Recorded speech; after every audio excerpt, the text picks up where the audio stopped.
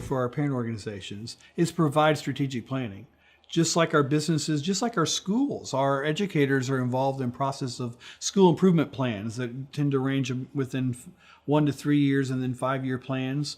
And I think similarly, our organizations need to do the same. We need a strategic plan. We need to be able to talk about our purpose, our mission, and what our core values are as an organization. Think about if we could walk in the door and tell our 9th grade parents, this is our purpose. This is why we're here. Here are our core values.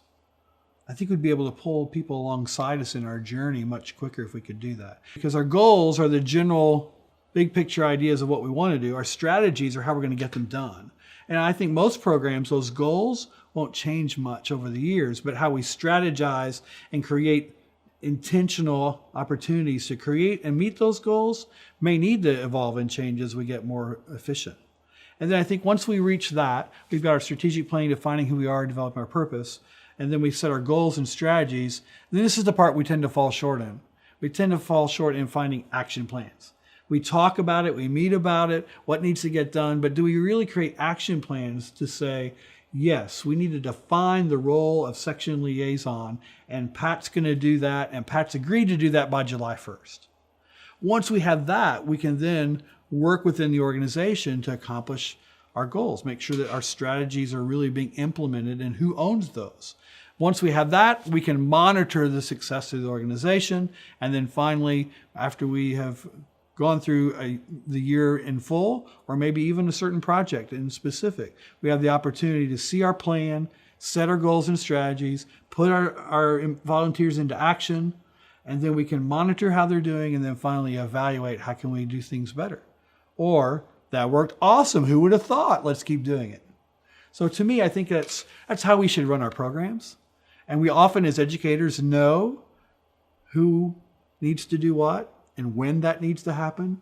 And we kind of get stuck wearing too many hats, and we haven't really quite figured out how to guide our parent organizations with that level of focus and tenacity. So what could you do that would impact your kids the most in the next 6 months? What 3 things could you do as an organization that would have a radical change on the success of your kids for the next school year?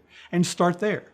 Because if we can define 3, and then we get a group of people from our executive boards or the people that are most interested and do that collaboratively, then we can divide and conquer and create 2 or 3 more with each group.